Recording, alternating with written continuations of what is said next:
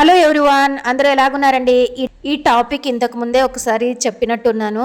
అంటే రిక్షా తొక్కేవాడు ఆటోలో ఫ్యామిలీని తీసుకెళ్ళాలి అనుకుంటా, అదే ఆటో నడిపించేవాడు కార్లో తీసుకెళ్ళాలనుకుంటాడు. అట్లా కొంచెం అప్పర్ ఆలోచనలే ఉంటాయి కదా, అలాగనమాట. ఒక రైల్వే ఉద్యోగికి ఏసీ కోచ్లో ఫ్యామిలీని తీసుకెళ్ళాలి అనేది ఒక డ్రీమ్ ఉంటుంది అనమాట.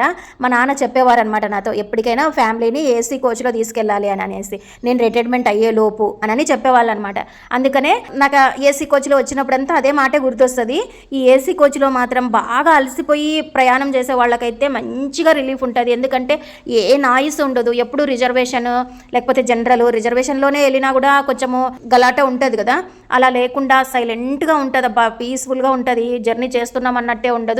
అది దట్టు నైట్ టైము. ఇంట్లోన బాగా అలసిపోయి, ఎస్పెషలీ లేడీస్ ఇంట్లో పనులతోటి పిల్లల దగ్గరికి వెళ్తున్నాము అని అంటే ఇంకా హెవీగా వంటలు అవి ఇవి వాటితోటి బాగా అలసిపోతాం కదా, ఎక్కంగానే అసలు శుభ్రంగా తినేసి తొంగవచ్చు అనమాట.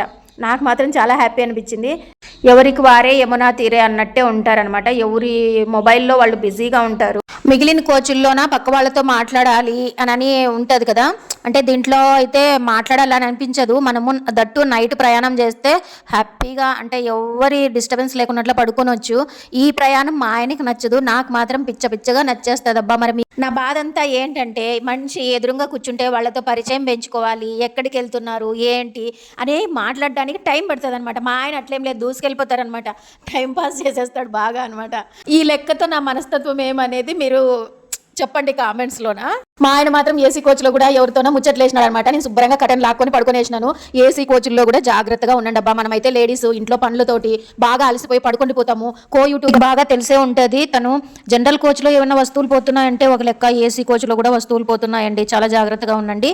నా ఛానల్ మొదటగా ఎవరైనా చూస్తుంటే ప్లీజ్ లైక్ చేసి ఛానల్ని సబ్స్క్రైబ్ చేసుకోండి అబ్బా. Thank you for watching.